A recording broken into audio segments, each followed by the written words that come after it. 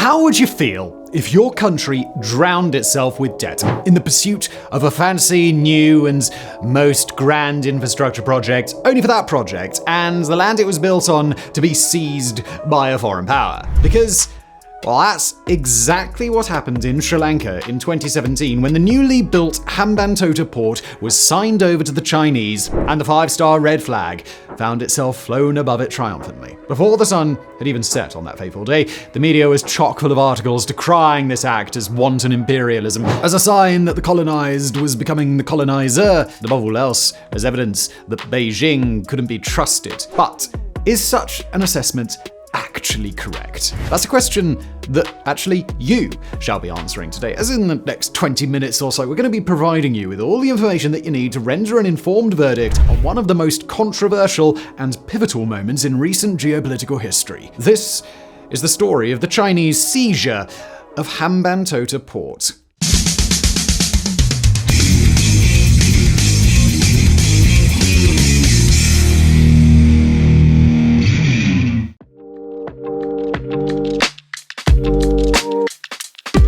Now, to fully understand the story of Hambantota Port, we must first understand the Chinese policy that led to them taking such an interest in Sri Lanka to begin with, the Belt and Road Initiative, or BRI. In a nutshell, the policy aims to recreate the Silk Road, the ancient medieval period network of Eurasian trade routes that connected Imperial China in the east through to Europe in the west. But why have such an initiative to begin with? China claims 3 motivations in establishing this vast trade network. Firstly is its rivalry with the USA, a rivalry that puts a lot of potentially hostile US-aligned nations right on its trade routes should the international geopolitical situation deteriorate, with Singapore, Japan, South Korea, and the Philippines all being good examples. By strengthening inland trade routes and affirming trade relationships with other powers, the damage those US-aligned states could do in times of crisis is significantly lessened. And as a bonus, a nation you have strong economic ties with is one that can be much more easily turned into a political ally. Just before we continue with today's video, I do want to tell you that it is brought to you by Squarespace, the all-in-one website platform for entrepreneurs from beginners to seasoned pros. No matter how busy you are, Squarespace makes it easy to create a stunning website,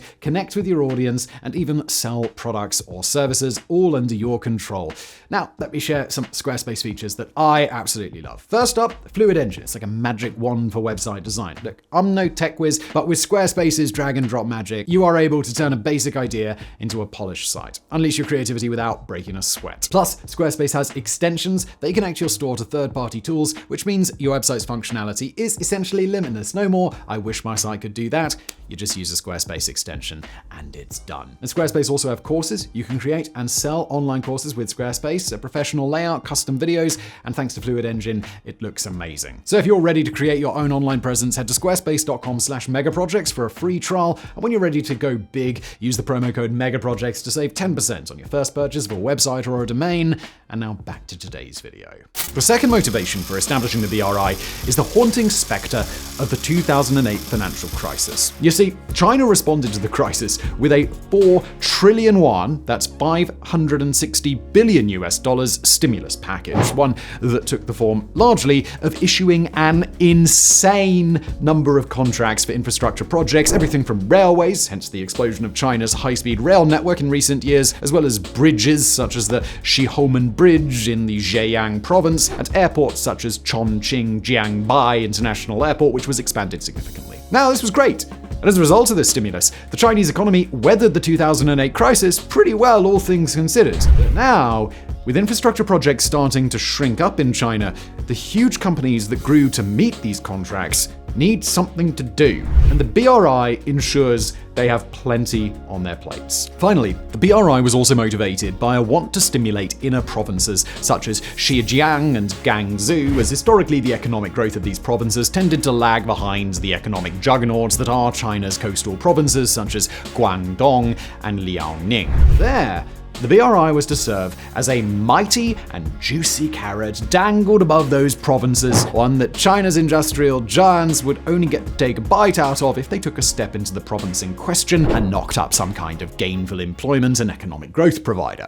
Now, this is all great, and surely our brains have just gained another wrinkle for having learned that. But what does the BRI actually look like when it lays its roots down in another country? Palau As an example that is easy to get your head around, BRI came in the form of a shiny new top-of-the-line railway such as the Lao-China Railway, which connects Vientiane, Laos capital, with Mohan, China, where it connects to the rest of the Chinese network. The line's construction was an enormous undertaking. Its 1,000-kilometer length required the building of 157 bridges, 74 tunnels, and clearing of countless amounts of unexploded ordnance left over from the Vietnam War. There was certainly demand for this line, as in its first 18 months of operation, it transported 21 million tons of cargo and over 16.4 million passengers. What was the price of all of this? Well, $5.9 billion, which is about a third of Laos' entire GDP, the bulk of which was funded through loans provided by the Chinese state. And that last little detail there, the whole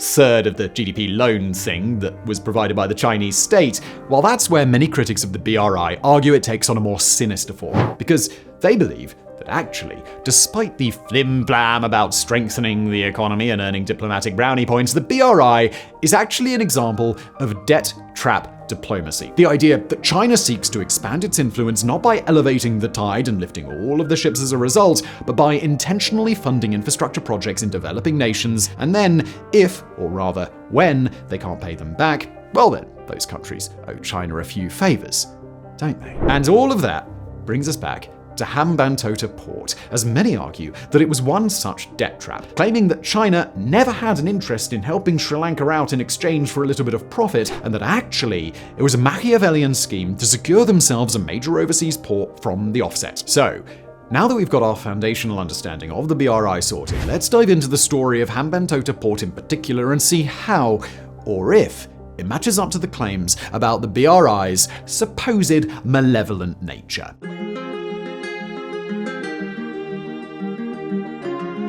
Hambantota Port is a deep-water port located, funnily enough, in Hambantota, in Sri Lanka. It is the country's second largest port by size and capacity, occupying a space of 16 square kilometers, having berthing for 33 ships at any one time, and potentially handling up to 2 million tons of cargo each year. This makes it pretty small in the grand scheme of things, as for example, a really big port such as Rotterdam occupies 48 square kilometers, has berthings for 50 ships, and handles around 450 million tons of cargo every year. But still, Hambantota is big for a port that only serves a single developing country, and so it represented a vital asset for Sri Lanka, particularly thanks to its ideal location on the key shipping route between the Malacca Straits and the Suez Canal. It's also newer than you might imagine, tracing its origins back to a proposal made by the United National Front Party, which upon winning the 2001 Sri Lankan parliamentary election pledged to build a seaport in Hambantota. Following this, the Regaining Sri Lanka Economic Development Program was announced in 2002 by Prime Minister Ranil Wickremesinghe, which formally announced the plan to build the Hambantota port in addition to a refinery, a coal-powered thermal power station,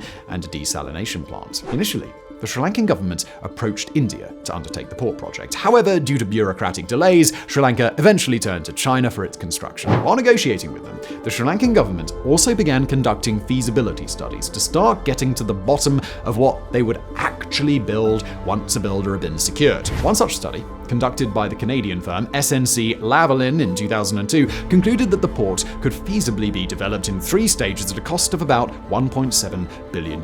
However, the study's recommendations were initially rejected by the Ports Authority's steering committee, as they considered the report to be lacking in depth and largely dismissive of the new port's impact on the port of Colombo, Sri Lanka's largest port that sat on the west side of the island nation. Following this, with no builder secured or design having been finalized, the plan to build the port sat in limbo for a number of years, once again gaining momentum under President Mahinda Rajapaksa, a Hambantota native himself, who was elected in 2005. He commissioned yet another feasibility report, but this time by British firm Ramboll, who basically echoed the thoughts of SNC-Lavalin, stating that the port should be built in stages to spread the cost and initially focusing on handling non-containerized cargo before expanding to full and proper containerized operations in its later phases. Eventually, however, the politicians could waste no further time, and come 2008, a plan had finally been sketched out that would see the port built. Construction was to be split up into 2 phases, the first of which began in 2008 and was completed in 2010, and the second of which began in 2012 and was completed in 2015.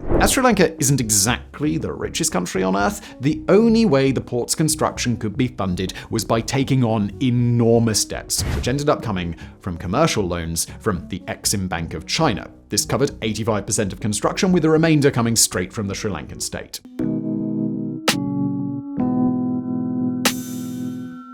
Alright, well, the job was a good one then, wasn't it? Sri Lanka had its shiny new port, and from it would flow GDP growth, gainful employment aplenty, and a complete reshift of regional economic power balances as Sri Lanka flexed its new maritime muscles. Well, that's what the politicians told themselves anyway, as they cut the ribbon, patted themselves on the back, and took a big huff of their own farts. In reality, however, the port was a complete and utter flop. No one, and we mean no one, was using it. Sources for exact numbers vary, with top-end estimates claiming that Hambantota port was visited by around 400 vessels annually, and low-end estimates claimed that only 40 vessels, period, had visited it since it opened. Ultimately, no one knows for certain where the true figure lies, but the simple fact that it was somewhere within that margin meant disaster. Sri Lanka's shiny new port, the one they had taken out 10 figures worth of debt to pay for, was costing them an absolute fortune. Eventually, the losses got so great that the Sri Lankan government was forced to publicly hold its hands up and admit to the failure, after which, in December 2016, it began thinking of ways it could restructure the port to make it commercially viable. There was no need to fear, however, because CM Port, a Chinese maritime mega company, had a solution. Lease the port to them for 99 years, and they'd wire a fat old wad directly to the Sri Lankan government to help them lessen their financial woes, putting it very simply. More specifically, though, CM Port would invest $1.12 billion into the port in exchange for a 70% share, making it the majority shareholder, which allowed it to take over its operation. When announced, this proved just a tad controversial, and to many it was confirmation of the true, supposedly malevolent nature of the Belt and Road Initiative. China had intentionally twisted the arm of a developing country into taking out catastrophically large loans that it could never hope to pay back, full in the knowledge that when it defaulted, they'd be able to take the brand new and strategically vital port for themselves. Many even pointed to the 99-year length of the lease as proof of this, the exact same length of time that the new territories of Hong Kong had been forcibly leased from them by the British. Clearly, many said, China was launching its own little colonial enterprise. One of the most vocal critics at the time was Namal Rajapaksa, a Sri Lankan joint opposition MP who, in addition to making the criticisms just mentioned, also went on to further critique the lack of democratic involvement in agreeing to the lease and also the flagrant disregard of workers' rights in the process. To quote him, "We believe, and the people of Sri Lanka believe, that this agreement is not in the best interests of Sri Lanka. Hambantota Port, as a strategically developed port and strategically important port being controlled by a private Chinese company, is a big concern by the strategic aspect. And at the same time, the government hasn't got involved in sorting out the labor issues. In Sri Lankan law, before you transfer any company to a different shareholder or transfer the ownership, you must consult the Labour Ministry regarding the future of trade unions and the people that work there." At the same time, the government of Sri Lanka promised that the deal would be put to Parliament to agree the terms and conditions, and it has not. The quote ends. Joining Rajapaksa in his critique of the deal was K.C. Singh, former Secretary of the Indian Ministry of External Affairs, who said the following concerning the naivete of the Sri Lankan government to get indebted to China in the first place. To quote him, "These ventures are not being entered into by China by looking at their financial viabilities, and this is going to be a standing example for other countries to watch, because China is not Father Christmas handing out dollar bills. They want a return on their money, and they want their money to come within a certain certified period." The quote ends. He then went on to expand on this, with an analysis of the deal's impact on the geopolitical situation in the region, expressing doubts that China would use the site for just civilian purposes. Quoting again, "They have said that one of the conditions is that no Chinese military naval vessel will come to Hambantota without government permission. But the government of India will keep an eye on this, because it's a 99-year lease, and that's a very, very long lease. 15,000 acres given out to China as part of the BRI raises very important questions." The quote ends.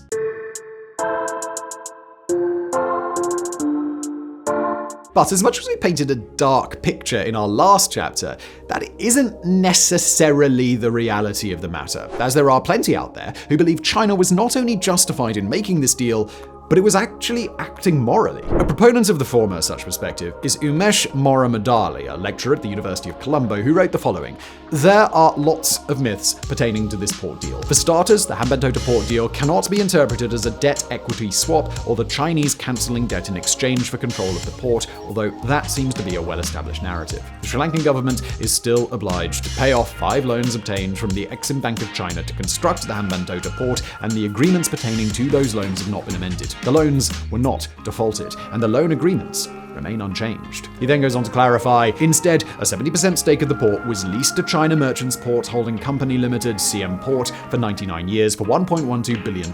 This $1.12 billion, however, was not used to pay off the debt obtained to construct the port. A common and popular myth is that Sri Lanka was unable to pay off the loan obtained to construct the port, thus it was handed over to China. However, by the time the Sri Lankan government entered into the agreement with CM Port to lease Hambantota Port, the debt servicing costs pertaining to the loans obtained from China Exim Bank to construct the port did not amount to much. Those loan installments, including interest, amounted to less than 5% of Sri Lanka's total foreign debt repayments. Furthermore, loan repayments pertaining to the second phase of the Hambantota Port project were yet to start at the time. A more serious concern pertaining to foreign debt servicing cost was the maturity of sovereign bonds, which amounted to more than 40% of the total debt servicing payments in 2019. Leasing out Hambantota Port is not evidence of the Chinese debt trap. Instead, it is more a reflection of the external sector crisis Sri Lanka is facing." The quote ends. Holding the further still position, that which says China was actually acting morally with this deal, are people such as Einar Tangen, a Chinese political affairs analyst, who said, quote, "Obviously, there are rivalries globally with the US and regionally with both Japan and India. But I think we should concentrate